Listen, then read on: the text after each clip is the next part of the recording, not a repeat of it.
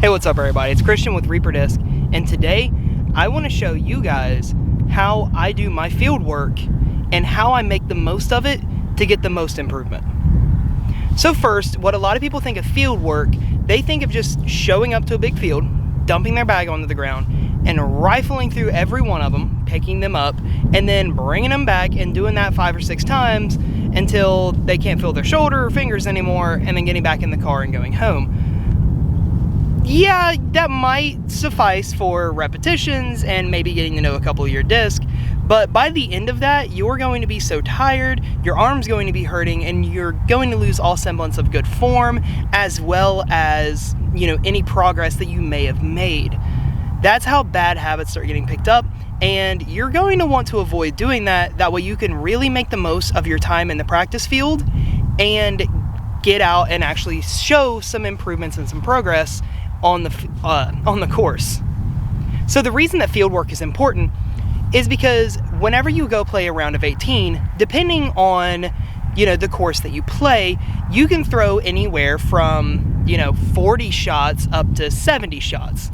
And that's going to take up about 2 to 3 hours of your time, give or take a little, how fast you play if you're playing with others. You're also only going to maybe get a very specific shot that you need to work on once or twice, if anything. You might not get the opportunity to try working on that, Anheuser panning forehand that you've really been wanting to learn. That's the beauty of coming out in the field. Out here, you're not really under a time constraint unless you put yourself under one, and instead, you're able to focus on exactly what you need, not what the course demands of you. So let me show you how I get the most out of my practice routines. First, we're going to start with the warm-up. It's very important to stretch. I've already stretched out and everything else, so I'm not going to demonstrate how to stretch. You need to kind of figure out a warm-up routine and stretching routine that's going to fit you. However, I can say it is very nice to get a towel or a flight towel or something like that and hold on to one end and work on some throw motions with some resistance from that towel whipping through the air. That's going to give you a little bit of resistance on your arm and allow you to get warmed up a little faster. Now, whenever it comes down to the actual warm-ups of field work, here's where I like to start. I like to get a handful of putters first and foremost and work on just loosening up the shoulder, loosening up the elbow and the wrist and things like that by just throwing a handful of putters. I'm not aiming for distance, I'm just trying to get warm. So I'm going to breeze through these real quick with the handful of putters that I brought. Alright, so the main goal here is to ensure that you're good and warm and you're not going to hurt yourself. A lot of injuries come from overuse, they come from strains and sprains and things of that nature, and all of that is preventable with proper stretching and warm-up. These are all very, very low power. I'm talking like 30, maybe 40% power. I'm not aiming for distance, I'm not aiming for lines or a target. This is just throwing these to get them out there and start getting my arm loose. I would also suggest doing these backhand a few times before transitioning to any forehands, and especially with forehands, starting them very, very slow and light power. That way you don't accidentally tweak something and then further hurt it during your field work session. Alright, so now that I've done a couple very low speed throws to kind of get my arm warmed up, now I'm going to start throwing the same putters, but I'm going to get through these next 5 shots, trying to get them a little bit further. So instead of throwing them at like 40%, I'm going to be throwing them a little closer to 50, maybe 65%, somewhere in that area, getting closer to that 2/3 of the way up the power scale. So now we're going to be doing a little bit more as far as power goes. These are going to be about mid power, like I said, that 50, maybe 60%. Now I'm starting to focus on where they're going just a little more, but it's still not my priority. It's still working on getting the arm fully loose and warmed up.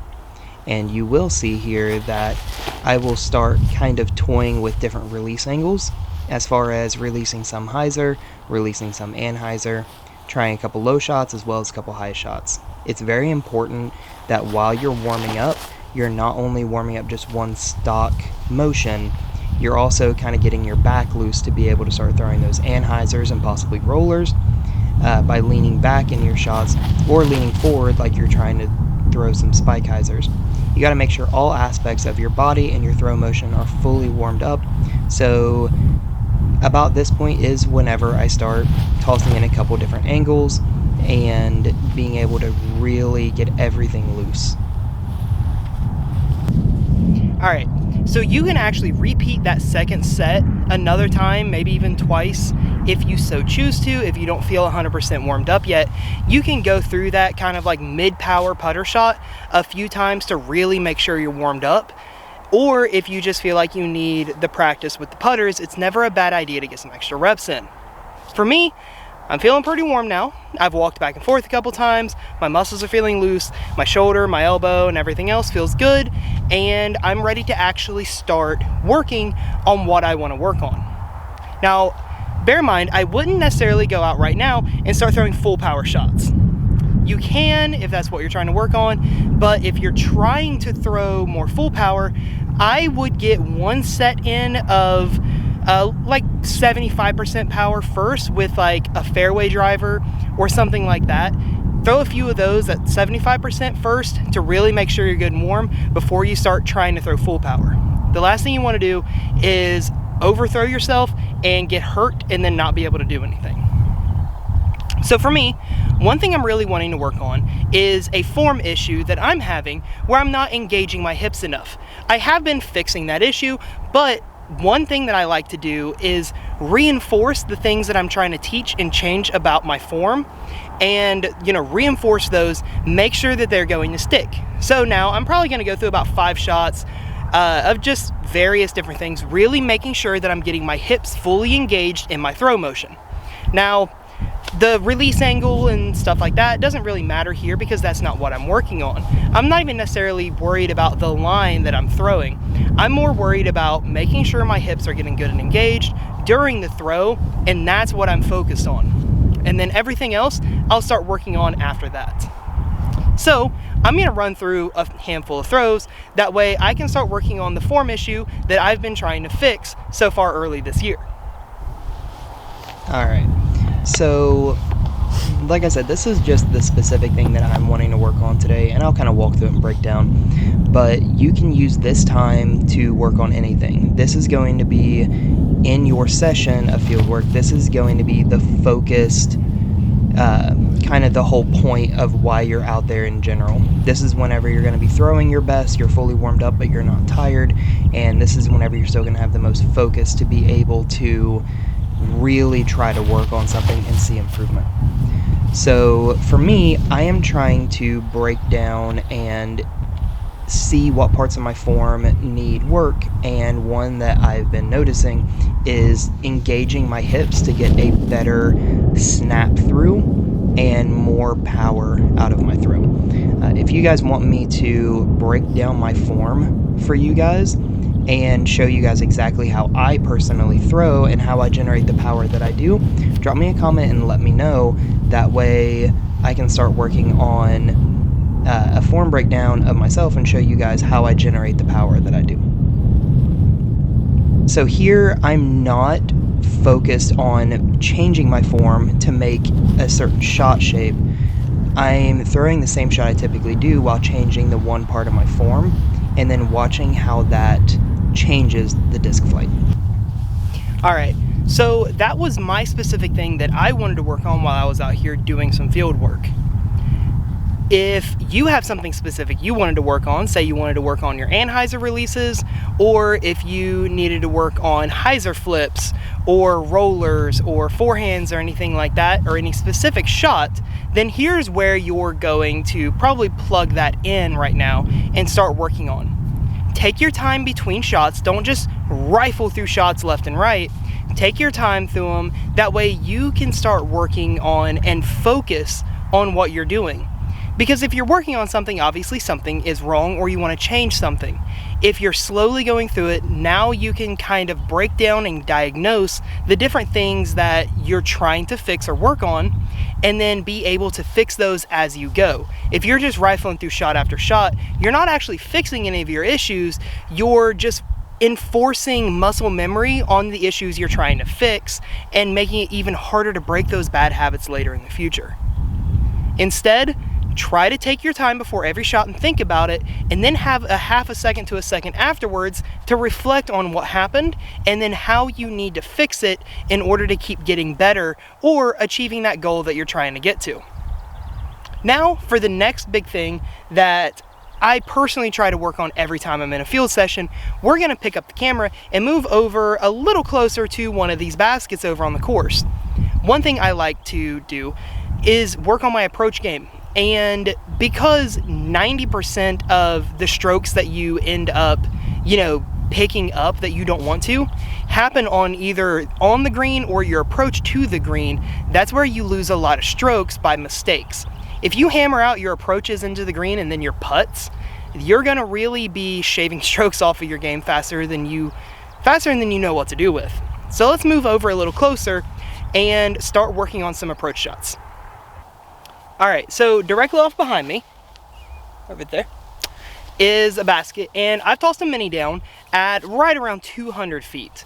This is where a majority of strokes are either gained or lost in the game.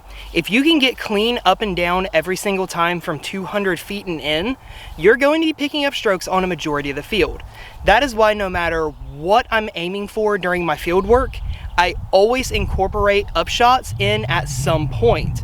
That is why my bogey rate whenever I play has gone exponentially lower than what it used to be, and my scramble rate has gone way up. So I really try to incorporate my upshot game into my practice routines no matter what I'm really trying to focus on and work on. Every time I'm on the practice field, I always try to find a way to incorporate upshots. If I don't have a basket, I'll pick a tree or a fence post, or I'll even take my bag or my cart out in the field and drop it off and then walk back like 200 feet with whatever disc I'm going to be using and start, working on my upshots back to my bag. It's something that all you have to do is have the room to be able to do it, and you don't even need all that much. 150 feet will typically suffice. I like to stretch it out to 200 because I want that range of kind of that up and down clean. I want that as far out as I can. Once I get to the point where I'm getting up and down clean in, one stroke every time from 200 feet, then I'm going to start moving it back to 225 and then eventually 250 until the point that I have the expectation that if I'm within 300 feet, I'm going to get up and down with one shot and then get one shot into the basket every time. As long as you're working on that, you're going to be able to really start shaving strokes off. So let's work on it. I've got a handful of different discs from mid-ranges all the way up to, putters, and even a couple drivers like, a couple Firebirds, just in case I would have to pull out that kind of shot on the course. So let's start practicing. All right, so like I said, this is where most strokes are either gained or lost in the sport. It's that 200 foot and in approach and putt game. If you can't get up and down clean, you're going to be losing strokes to the field, especially once you start getting into some upper divisions. You should definitely, every time you do field work, try to take the time to really start hammering this stuff home. And I'm choosing just the disc that I know I'm comfortable with from this distance. It's a lot of JK AVRs, honestly. But I will switch it up and I'll throw a couple different shots too, and I'm going to throw these AVRs on different angles as well. And not just like a straightforward in a field, but like this, where I'm imagining having to go around a large tree and get up and down or around a, some sort of obstacle. So I'll throw hyzers, I'll throw straight shots, I'll throw big anhyzers, and I'll also mix in some forehands every now and then, and just always kind of switching it up to be able to know that I can get up and down from about anywhere. The goal here isn't necessarily to make them. I will say every once in a while I will try to, try to run one or two, but my goal here is the first goal is to get it inside circle 1. The second is to get it inside the kind of the closer half of C1, and my ultimate goal is to get as many of these as possible in the bullseye. Stress-free putts are putts that are made every time. And if you're making all of those putts, you are going to be saving strokes and really, really improving your game. So like I said, my goal here is just, work on some different shots with different discs and just try to put myself in the situation that I may have to be in on the course and try to replicate that.